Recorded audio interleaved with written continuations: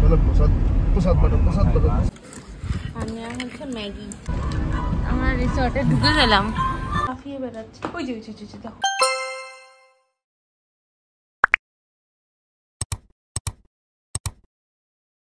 Hello everyone, welcome back to my channel and a brand new vlog. আশা করি তোমরা সবাই খুব ভালো আছো আর সুস্থ আছো। আজকে আমাদের ডুয়ার্স ভ্লগ কিন্তু ফাইনালি স্টার্ট হচ্ছে। আগের ভ্লগে তো দেখলে যে হাওড়া থেকে এনজিপি ট্রেন জার্নির ভ্লগটা কেমন হয়েছে সেটা কিন্তু অবশ্যই কমেন্টে জানিও। আর এবার থেকে শুরু হচ্ছে ডুয়ার্সে ট্রাভেল ভ্লগ। তো আমরা এনজিপি স্টেশনে পৌঁছাই ঠিক 1:30 নাগাদ, দুপুর 1:30 নাগাদ আমরা পৌঁছাই। গিয়ে দেখলাম তো এনজিপি স্টেশনে কাজ হচ্ছে, কাজেই স্টেশন থেকে বেরানোর রাস্তাটা কিন্তু অনেকটা। এই যে দেখতে পাচ্ছ শুভঙ্কর হোটেল, এখান থেকে লেফট সাইড নিতে হবে, সেই রাস্তা দিয়ে সোজা কিছুটা হেঁটে যাওয়ার পরে আবার রাইট সাইড নিয়ে কিন্তু তোমরা পাবে গাড়ির স্ট্যান্ড, মানে যেখান থেকে তোমাদের বুক করা গাড়িগুলো তোমরা নিতে পারবে। তো এই রাস্তাটা কিন্তু অনেকটা, প্রায় স্টেশন থেকে নেমে 20 মিনিট মতো লাগছে এই জায়গাটাতে পৌঁছাতে। তাই জন্য কিন্তু একটু হেক্টিক হয়ে যাচ্ছে, বিশেষ করে যারা বয়স্ক মানুষ আছে এতটা তো হাঁটা সম্ভব হয় না। তো এখানে কিন্তু তোমরা যারা গাড়ি বুক করে যাবে না সেই গাড়িও কিন্তু তোমরা এখানে পাবে। আর তোমাদের কিন্তু ফেরার সময় গাড়ি ঠিক এই জায়গাটাতেই নামাবে, আবার এতটা হেঁটেই কিন্তু তোমাদের ট্রেন ধরতে হবে। আর এখন এনজিপিতে কিন্তু বেশ ভালো গরম। আমরা এই টাইমটায় মানে মে মাসের টাইমটায় যে গেছি প্রচণ্ডই গরম ছিল এনজিপিতে। তো আমরা ওয়েট করছি এখন গাড়ির জন্য। তো আমরা গাড়ি এখন পেয়ে গেছি, তো ড্রাইভার আমাদের নিয়ে যাচ্ছে। আর এখানে আদু মহারাজ হচ্ছে ট্রলি ধরে টানবে, ওর কাজই হচ্ছে ট্রলিগুলোকে টেনে টেনে নিয়ে যাওয়া। সে একটা ট্রলিতে হয় না, সে 2খানা করে ট্রলি টানবে। সাইজ তো এইটুকু, কিন্তু ওর কাজ দেখো 2খানা ট্রলি একসাথে টানবে।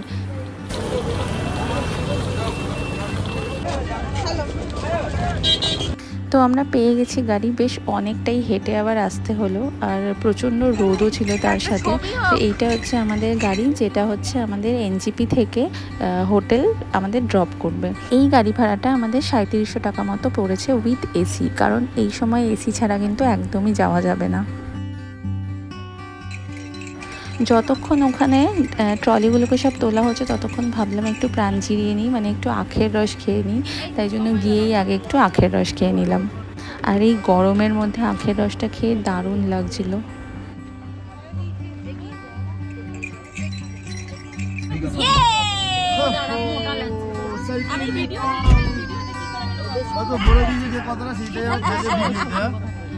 ভিডিওটা না থাকে আমি কিন্তু রিপোর্ট মারবো বলে দিলাম।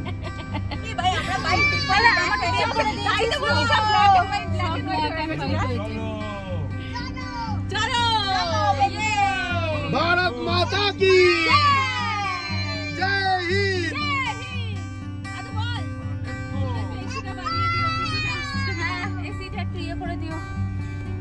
তো আমাদের জার্নি এবার শুরু হয়ে গেছে। আর এই যে রাস্তাটা যাওয়ার সময় পরে সেবকের রাস্তাটা, এই রাস্তাটা জানোই সবার খুব ভালো লাগে। এনজিপি থেকে যখন ছাড়ে তখনই মনে হয় কখন ওই পাহাড়টাকে আমরা প্রথম দেখতে পাবো। আর শহরের কোলাহল থেকে দূরে 2 দিনের জন্য আমরা যাচ্ছি এখন জলে জঙ্গলে রিসর্টে ডুয়ার্সে কিছুদিন প্রকৃতির মাঝে কাটাতে। তো এই যে চলে এসছে আমাদের সেবকের রাস্তাটা, এই চারপাশে জঙ্গল, খুব ভালো লাগে দেখতে। আর এই জার্নিটাই খুব ভালো লাগে, মনটা পুরো শান্ত হয়ে যায়। আর একটা জিনিস জানো তো, ওই যে গরমটা ট্রেন থেকে নেমে পাচ্ছিলাম, এই যে এই জায়গাটায় আসার পর থেকে গরমটা কিছুটা হলেও কিন্তু বেশ কম ছিল। যদিও আমাদের এসি গাড়ি ছিল, কিন্তু যেহেতু আমরা সবাই মিলে পেছনে বসেছিলাম তো এসির হাওয়া একদমই পৌঁছাচ্ছিল না। বাট এই জায়গাটা আসতে কিন্তু একটু ঠান্ডা ফিল হচ্ছিল।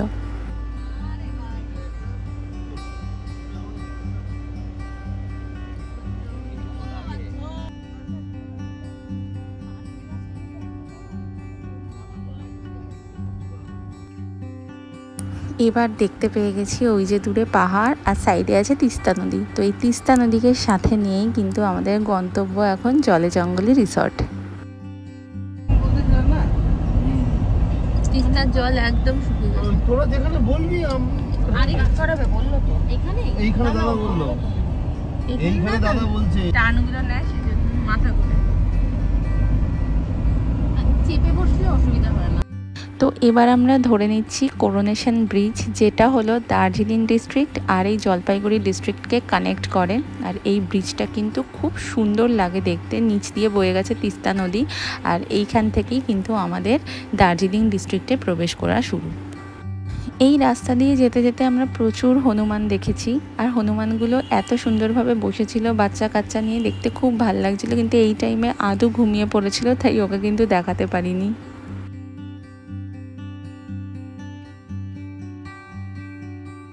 চলো এবার চা বাগানের রাস্তায় চলে এসেছি। দুপাশে শুধু চা বাগান আর চা বাগান, কি অপূর্ব লাগে না দেখতে। আর এখানে হচ্ছে ওই বালি মাটি পাথর তোলার কাজ হচ্ছে, যেটা বাড়ি তৈরির কাজে লাগে। তো আমাদের ড্রাইভার দাদাকে জিজ্ঞাসা করলাম যেটা কি হচ্ছে, উনি এটাই বললেন।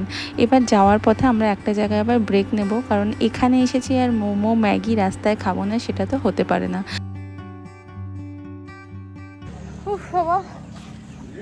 তখন পরে আমরা এখন নামলাম, একটু ব্রেক, একটু ম্যাগি ট্যাগি খাবো। তো ব্রাদার্স রেস্টুরেন্ট আগেরবারও মনে হয় এসে এখানটাই আমরা দাঁড়িয়েছিলাম, দ্য ব্রাদার্সে। তো এখানে একটু ম্যাগি, প্রচণ্ড গরম, বাজে গরম আছে এখানে। তো ম্যাগি মোমো এইসব খাওয়া দাওয়া করি। আদু একদম ঘুমু ঘুমু। আদু যখন 11 মাসে ছিল তখন আমরা এসেছিলাম, অ্যান্ড তখনও মনে হয় আমরা এই জায়গাটাতেই দাঁড়িয়েছিলাম, পুরো চা বাগানের মধ্যেখানে। আর আমরা এখান দিয়ে চা বাগানের মাঝখানেও গেছিলাম, ওখান থেকে ট্রেন লাইনটা আছে, ওখান দিয়ে ট্রেন যায়। ঘুমিয়ে নিয়েছে একটু গাড়িতে, চা বাগানের মধ্যে। চাকা বাগান নামবে, আস্তে সাবধান, পোকামাকড় না থাকে। করেছে নুন, শুধু নুন রান্না করেছে, চিকেন দিয়ে নুন রান্না করেছে, দারুণ খেতে। নুনটা কি কি দিলে রান্নায়? এইটা মাজা দিয়ে নুন রান্না করেছো? আচ্ছা। এদের মোমো গুলো অন্য রকমই হয়, কলকাতার মোমোর সাথে একদমই আলাদা। প্রচন্ড গরম না? এই দেখো ফেলে দেবে কেন? আর নেওয়া হচ্ছে ম্যাগি।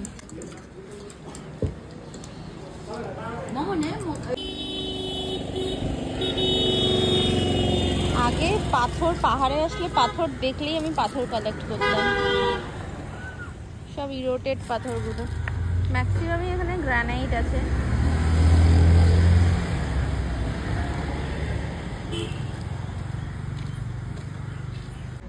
তোমরা এই দ্য ব্রাদার্স ফ্যামিলি রেস্টুরেন্টটাতে খেলাম। তোমরা যদি এদিকে আসো তো এখানে খেতে পারো, একটা ছোট্ট ব্রেক নিতে পারো। ভীষণ ভালো খাবার, বিশেষ করে মোমো ম্যাগি, এই দুটো তো দারুণ বানিয়েছিল।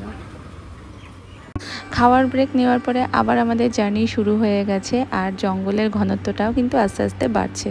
আর এই রাস্তাটা তো দারুণ, সবাই জানো যারা যারা গেছো, যে এই NH-31-এর রাস্তাটা ভীষণই ভালো, খুবই স্মুথ, কোনো সেরকম জার্নি কিন্তু একদমই ফিল হয় না। তো এবার আমরা ঢুকে পড়েছি আমাদের রিসর্টের রাস্তায়। আমাদের রিসর্টটা যেখানে ছিল তোমরা গিয়েই দেখতে পাবে যে চারপাশে শুধু ক্ষেত আর ক্ষেত, ভীষণ ফাঁকা জায়গা ছিল, কিছু জঙ্গলও ছিল, চা বাগানও ছিল, খুব সুন্দর কিন্তু রিসর্টটা জায়গা ছিল। তো এই যে আমাদের রিসর্ট পৌঁছাতে মোটামুটি টাইম লাগলো ওই 3 থেকে 3.5 ঘন্টা মতো। মাঝখানে তো আমরা ব্রেক নিয়েছিলাম, সব ইনক্লুড করেই। আমরা গাড়িতে উঠেছিলাম অ্যারাউন্ড 2:15 নাগাদ। তো তারপরে আমরা হোটেলে পৌঁছালাম ওই 5টার সময়।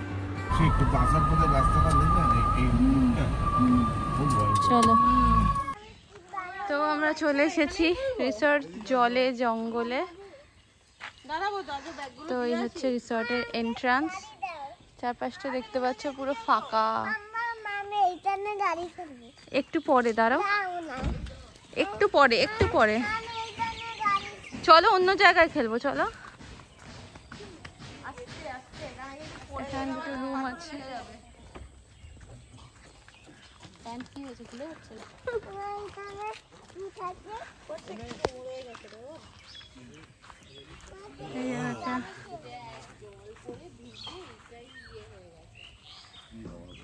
একটা লন মতো আছে,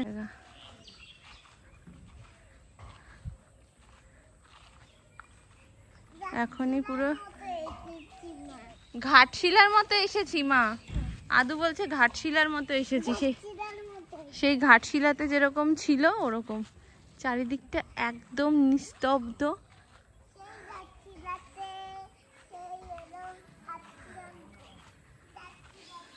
এখানে রুম আছে, ওইখানে ঢুকেই দেখলে আছে। মাম্মাম সাবধান কিন্তু, যেন পোকামাকড় না কামড়ে দেয়। একটা ছোট্ট বাঁশের ইয়ে দিয়ে করা মতো ছোট্ট ব্রিজ।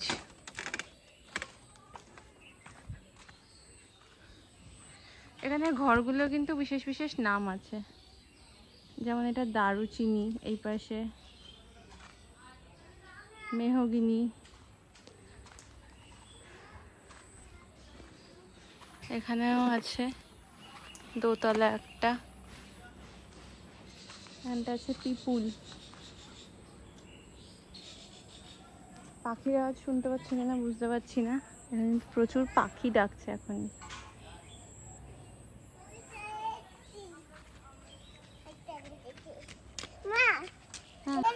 বাজে এখন 5:20 আর আমরা এই জাস্ট এসে পৌঁছালাম।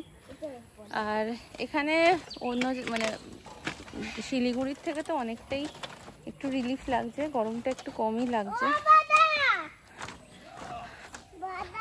আর এবার রুমটা পাই, রুমটা পেয়ে দেন ফ্রেশ হয়ে তারপরে দেখাচ্ছি তোমাদেরকে কি কি করি। রুম ট্যুরটাও দেবো, রুমটার যা রুম পাবো সেই রুমটার ট্যুরটাও দেবো তোমাদের। এখানে রিসেপশন আছে ছোট্ট মতো, ছোট্ট সুন্দর এখানে রিসেপশন। তো চলো ফার্স্টে আমরা এইদিকে দুটো রুম পেয়েছি, তো এইদিকে রুমে যাচ্ছি এখন।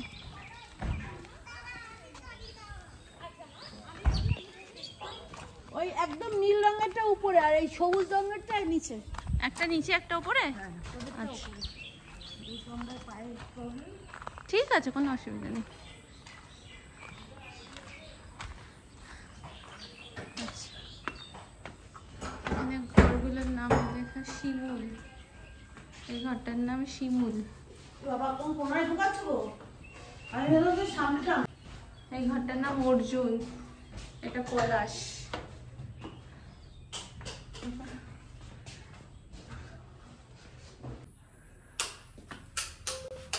এইদিকে ও বাবা, ব্যালকানিটা তো হেভি।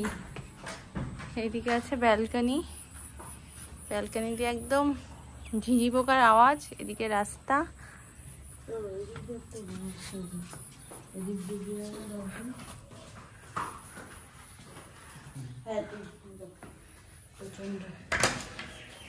এদিকে আছে ওয়াশরুম,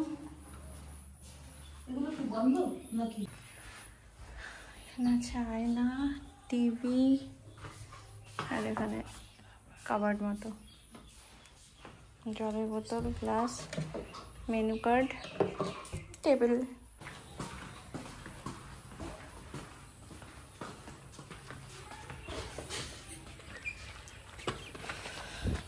এবার উপরে যাই।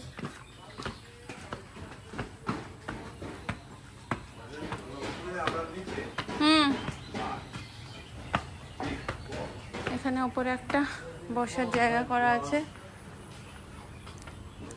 এখানে সামনেও ছোট ছোট চা বাগান, চা গাছ। এইটার নাম পিয়াল।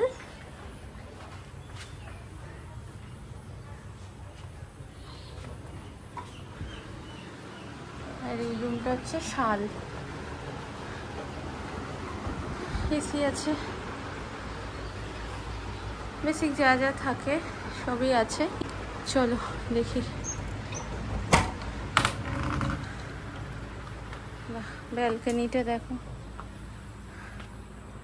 ব্যালকনিটা খুবই সুন্দর আছে। এটা কমন ব্যালকনি, মানে পাশের রুমের ব্যালকনিটাও এটার সাথেই অ্যাটাচড আছে। আউ, পুরো এদিক দিয়ে ঘুরে আসা যাবে।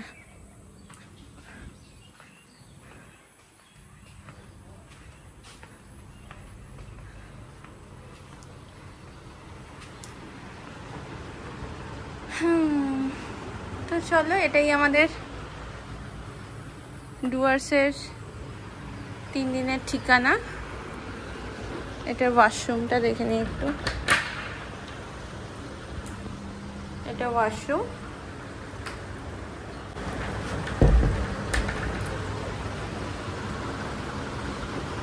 আর যা যা থাকে, মেনু কার্ড, টাওয়াল, সাবান, শ্যাম্পু, যা যা বেসিক জিনিসপত্র থাকে সেগুলো সবই আছে। সেখানে আছে আয়নাটা, এখানে আছে আয়না, এখানে লাইটও আছে। এখানে জিনিসপত্র রাখার জায়গা। তো খারাপ লাগছে না, মোটামুটি ভালোই লাগছে। শুধু একটু দেওয়ালগুলোর রংটা পারফেক্ট থাকলে আর একটু ভালো লাগতো, বাট সেরকম আমার খারাপ লাগছে না। এখন এবার এখানে থেকে দেখি এখানকার মানুষজনের ব্যবহার কেমন কি আছে, শুধু আমি আগের ব্লগে তোমাদেরকে জানাবো।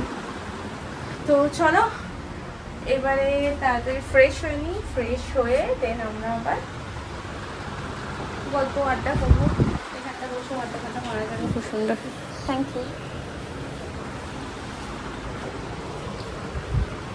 এখানটা বসে খুব সুন্দর গল্প আড্ডা মারা যাবে,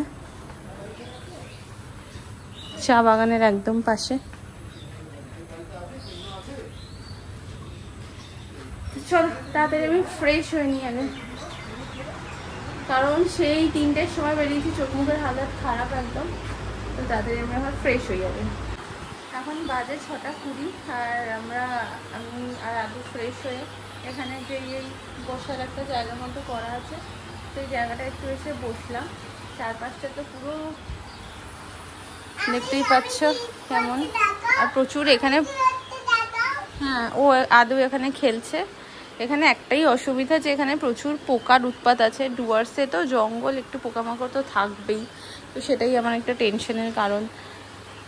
আর রাত্রিবেলা এরকম ভিউটা লাগছে।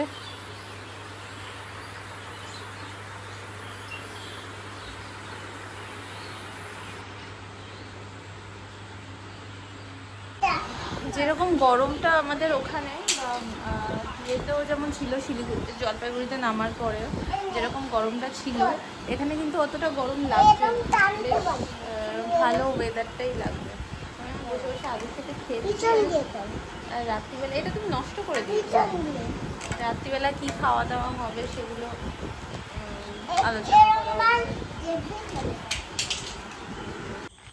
এখন বাজে 7টা মতো। তো আমরা এবার একটু বেরিয়েছি, একটু সবাই মিলে আড্ডা গল্প করব। তো আমি আর মা হচ্ছে এই পাশটায় আছি, আর ওই দিকটায় আছে মাম্পি, মেধাদি, আর হচ্ছে মেধাদির মা আর বাবা। তো মা ওদের ঘরের সামনে একটা ছোট্ট জায়গা মতো ছিল, যেখানটা বসে আমরা আড্ডাটা মারবো। সেই জায়গাটা খুব সুন্দর ছিল, আমাদের ঘরের সামনেও ছিল, কিন্তু যেহেতু এখানে আরও অনেক ফ্যামিলি ছিল, তাই জন্য আমরা আর এখানে বসিনি। তো আমাদের আজকে স্ন্যাক্স ছিল যে চিকেন পকোড়া। এখানের খাবারগুলো দেখলাম কোনো রকম কোটিং মেশানো নেই। চিকেন পকোড়াটা দারুণ ছিল, একদম ঘরোয়া। তার সাথে ফ্রেঞ্চ ফ্রাই নিয়েছিলাম, ডিম ভুজি নিয়েছিলাম, আর ছিল মাছ ভাজা। প্রত্যেকটা খাবার কিন্তু খুব ভালো ছিল আর একদম ঘরোয়া ছিল। অ্যারাউন্ড 10:30 নাগাদ আমরা ডিনার করতে আসি। এটা হলো রেস্টুরেন্টের জায়গাটা, আর প্রত্যেকটা খাবার কিন্তু এখানের অসাধারণ।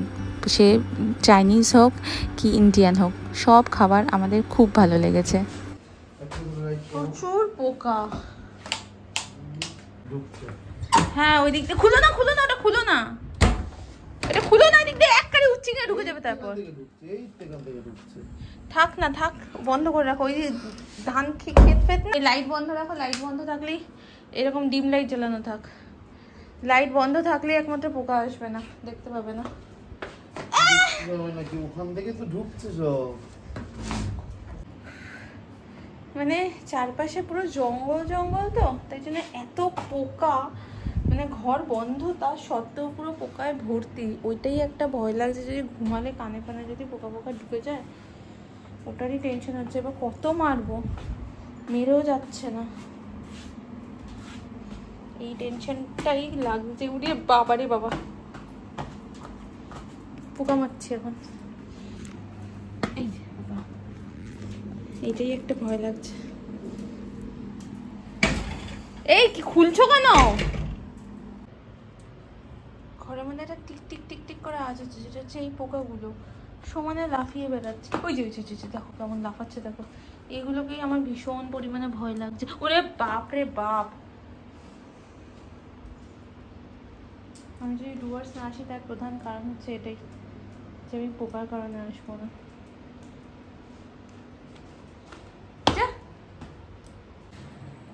বাজে এখন 10:30, আর দেখি এই পোকা মেরে মেরে কতক্ষণে ঘুমাই।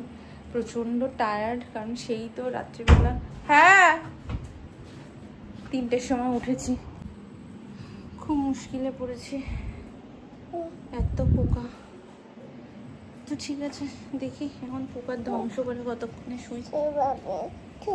তো চলো, না ঘুমাচ্ছি না, আমি আর এখন গল্প করবো। তো চলো, এই ব্লগটা আজকে এখানে শেষ করছি। দেখা হবে আবার নেক্সট একটা ব্লগে। টিল দেন সবাই খুব ভালো থেকো, সুস্থ থেকো। Good night, bye bye.